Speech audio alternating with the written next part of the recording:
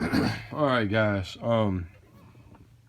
This video will be about the future of the Miami Heat and how I see this team, and a lot of things wrong with the organization as of now. What just from an outsider perspective, how I see this team right now.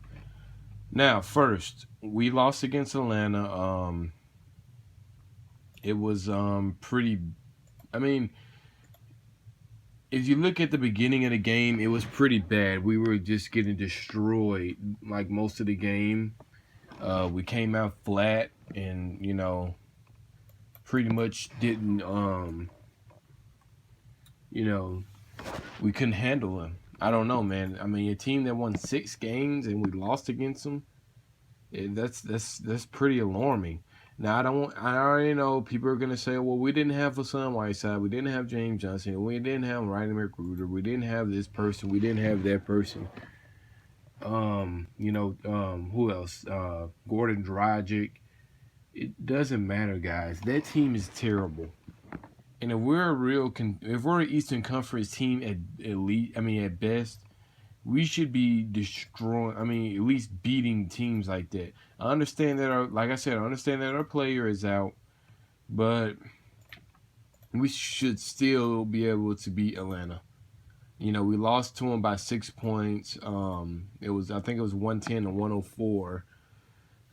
It was just a bad performance, guys. I mean, in the third quarter, again, this is like, this is I think that we have the worst. It's not a think. It's for sure. We have the worst third quarter in the NBA right now. We suck at scoring in the third quarter. I don't understand what happens after halftime, but this team just dies.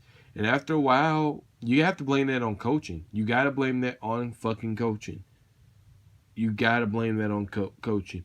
Everyone, wants to say, "Oh, Espo is an all-time, leader and wins for the, you know, for the Miami Heat organization." Well, I mean, that's not really a big feat when you've been the coach for the Miami Heat for the majority of its existence almost. So, and it also helps that you have the big three. You play with the big three in their area. You got to coach them in their area, so it also helps.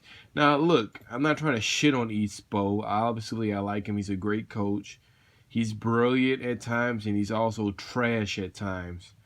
And this third quarter thing where we're coming out playing like fucking a JV team. It has to stop. These turnovers, you know, a lot of players, various players on this team is just very inconsistent. It's very annoying, man. It's very annoying. Uh, at this point in the season, I mean, this is almost Christmas, and I expected us to be a fucking top 3 seed, guys, coming in the season, and we're not nowhere near that. We're fighting for fucking 500. We can't beat teams like Atlanta. When you don't have the talent and the guys are injured, Espo, if you're that good of a coach, you should coach his team to a win somehow against Atlanta.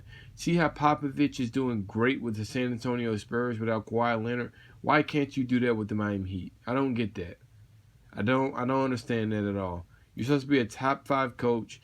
Yeah, I'm really gonna get on Espo because this is all on him. These third quarter collapses are just terrible. And then we try to make up in the fourth quarter, but there's not enough time to outscore the opponent like that.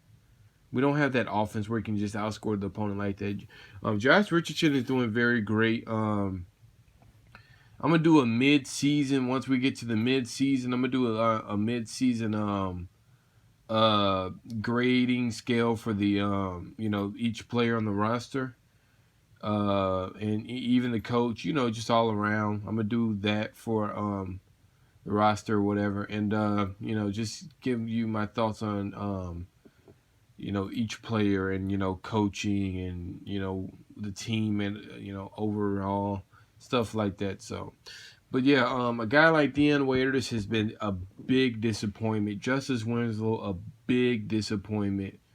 Uh, who else?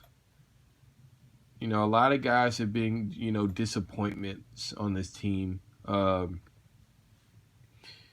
Gordon Dragic. I mean, see, Gordon Dragic is the type of player where he's not a number one option.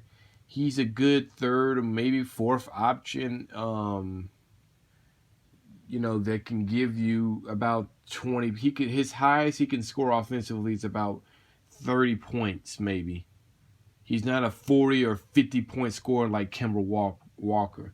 And I've been meaning to make a video about Kemba Walker and the possibility of him, ever playing for the Miami Heat because I like him. I like him, man. But back to the problem here.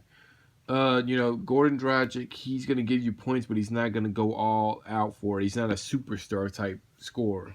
Tyler Johnson, he's been inconsistent. It's kind of been a down year for him compared to last year. James Johnson, he's been all right. I don't see that hunger in him like it was last. I mean, a lot of guys on his team, you don't see that hunger like it was last year. That the camaraderie, that chemistry, just the will to win. You don't see that this year. I don't understand that at all either. Like I said, it all goes back to the coach. It's the coach's job to have this team ready to play. You got to scout. I mean, we're not that type of team where we can just beat people with our talent like these top teams in the NBA. You have to you got a team like Miami. We have to scout every game. We got to practice for these teams. You gotta have rotations set up, man. I see a lot of laziness out of the coaching staff. The coaching staff. This is a big problem, man. This is what happens. I'm gonna have to get on them. This is what happens when you're spoiled and you have a Dwayne Wade all all the time you've been coaching. Then you get the big three. This is what happens. You don't you gotta learn how to get players not so good as Dwayne Wade and make them mesh and make them work like the Spurs system is. That's how I wanted the Miami Heat to have a system. That's why I wanted to draft a guy like Dennis Smith Jr., but we, draft up to get him or, tank like 2 more games to get him. But we didn't do that. So, we put all our cookies in one basket, or Dion Waiters and James Johnson and Kelly Olynyk, and they're not coming to fruition. They're not, what we thought they would be. Justice Winslow, like I said, he's a disappointment. Offensively, he's just shot. This guy doesn't know how to just put the ball in the hole. I don't understand why it's so hard for him. Defensively, he's been great. Hassan Whiteside just been banged up, man. And, that alone is just frustrating as a Heat fan. Bam Adebayo, just getting forced into a bunch of minutes now because guys are injured. That's no way to treat a rookie or develop him right. We don't have a fucking real point guard. What I've been trying, fussing and arguing and bitching about this for a while. We got to get a point guard. We got to get a backup point guard. TJ is not a freaking point guard. He's a shooting guard. He's the type of player that comes off screens and shoot. That's his type of game. I know his game. He's that type of player. He's kind of like JJ Redick. If he comes off the screen, you hand him the ball, he'll make it. Big man. We don't have that much big man depth. You see what happens when the sun goes out, and then James Johnson goes out. We could have really used a Willie Reed right now, but we don't have the depth. What else? Just all around small forwards. We don't really have a small forward. I mean, I thought Justice Winslow would step up. That's why we needed a guy like Gordon Hayward out of the free agency this year. Couldn't get him. It's just all around crazy, man. It really is. I don't know, man. Our next game is against Boston. That's going to be a tough game, especially with our players out. We may get blown out. It's going to be in Boston. I'm just being realistic, man. Maybe we can pull it out. Maybe we can't. But this Atlanta loss really, concerns me about the Heat's future for the next 2 years because we're locked, man.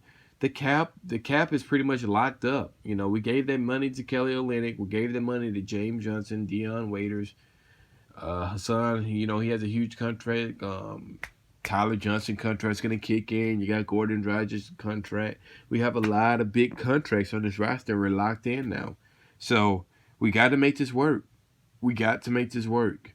Or we're going to have to trade someone. Pat Riley's going to get busy by trading. If this doesn't get better by trading deadline, Pat Riley, you're going to have to work some magic, bro. Because this plan is not working. It's not working. Not liking this. I'm really not. So, let's just hope the best. After this Boston Celtics game tomorrow at 7:30, I'm gonna make a whole new 5-game preview. Those next 5 games will be the Mavs, Pelicans, Magic, Nets. Those are all going to be at home, and then that 5th game is going to be against Orlando. It's Orlando again on Saturday. It's going to be in Orlando. That's the next road game. So we got this road game against Boston, then we got the next 4 games at home, that should help us out.